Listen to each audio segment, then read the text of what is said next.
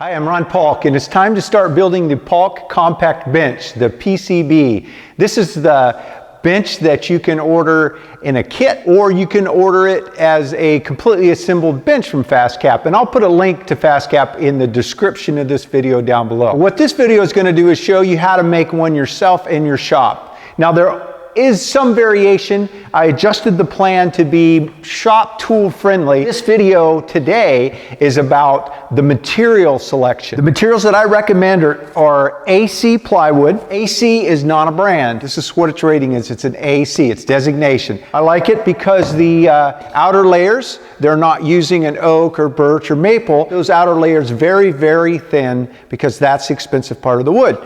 With this AC, it's pretty much the same material through and through. The screws, number 6, 1.5 inch, trim head screws, standard door hinges, 3.5, 4 inch. When you watch me build this bench, I'm gonna build it exactly like the plan says, but with completely different material. I have been asked by you, the material that's come up time and time again is MDO, that material right there. Real wood through and through. The outside layers are a thin paper, a resin paper. What I don't know is how that's going to help when I cut a bunch of holes in it and dados and all those kind of things. What about the rest of it? If I'm going to build a bench that's supposed to be good for weather, I'm not going to use the black screws. I'm going to go with stainless. Instead of using a brass hinge, I'm zinc plated. The straps, whether it's indoors or outdoors, would be the same. I priced out all the materials that I've listed in here. $182. MDO, stainless screws, zinc hinges, $287. There's a third option. Build most of the bench and order the top. If you want the whole bench to be out of the same material, then you'll want to buy birch.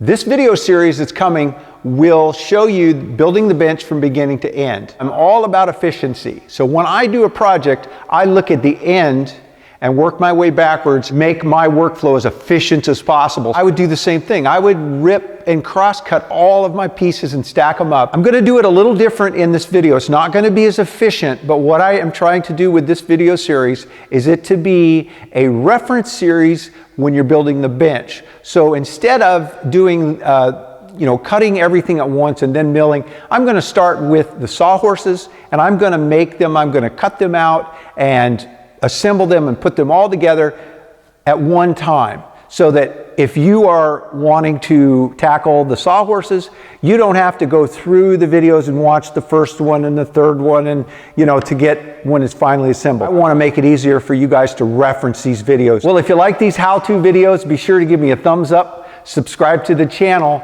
most important, share it with others, and if you want a set of workbench plans, click on the link right here in the video. Thanks for taking the time to watch. Have a great day.